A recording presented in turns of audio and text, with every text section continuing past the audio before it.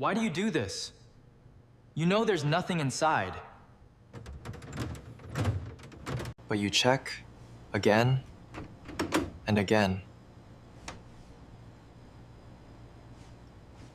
Are you really hungry? Mm-hmm. Or just bored? Your brain isn't hungry. It wants stimulation. A quick dopamine hit. That's why nothing changes. Except your brain. Now go, check again.